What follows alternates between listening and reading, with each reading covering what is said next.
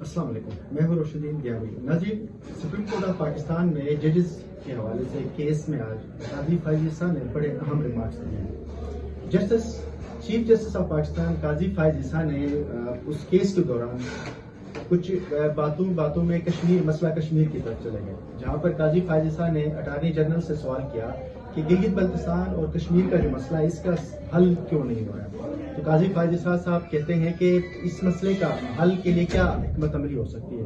तो attorney general आगे से जवाब देते हैं कि यहाँ पर रेफरेंडम के लिए जो इंटरनेशनली जो कन्वेंशन है उसके मुताबिक रेफरेंडम करवाना पड़ेगा। तो काजी फायज साहब कहते हैं गिलगित बल्तिस्तान और कश्मीर में आप रेफरेंडम करवा लें ताकि इनका जो आईनी मसला है वो हल हो जाए। तो उसमें जो वहां पर डिप्टी अटॉर्नी जनरल जो केस पेश कर रहे होते हैं वो कहते हैं कि जनाब ये इतना आसान नहीं है, इसके अंदर यूएन के सुपरविजन में ये रेफरेंडम हो सकता है। तो काजी फायज साहब आगे से कहते हैं कि आप यूनाइटेड नेशन को बुला लें और इस मसले का हल निकलवा लें। खैर, साथ ही काजी साहब फिर उसी से ही डाइवर्ट जाते वो कहते हैं मैं ज़मीनन ये क्वेश्चन पूछ रहा हूँ ताकि इस मसले को हवाले से मेरे भी मालूमात मिला हो। और उसने एक और बात की, काजी साहब कहते हैं कि गिलगित बल्तिस्तान के लोगों को मालूम ही नहीं कि उनकी आईनी हैसियत क्या है। अच्छा, मैं इस डिस्कशन में जो असल में बात करने का मकसद ये है कि गिलगित बल्तिस्तान के लोगों को अच्छे से मालूम है कि उनकी आईनी क्या हैसियत है।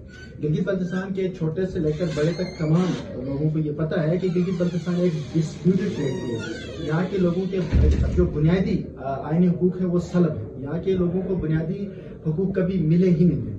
ये अच्छी बात है कि काजी फायज ईसा साहब ने आज इनडायरेक्टली या डायरेक्टली ये बात कह दी कि गिलगित बल्तिस्तान और कश्मीर में रेफरेंडम करवाया जाए।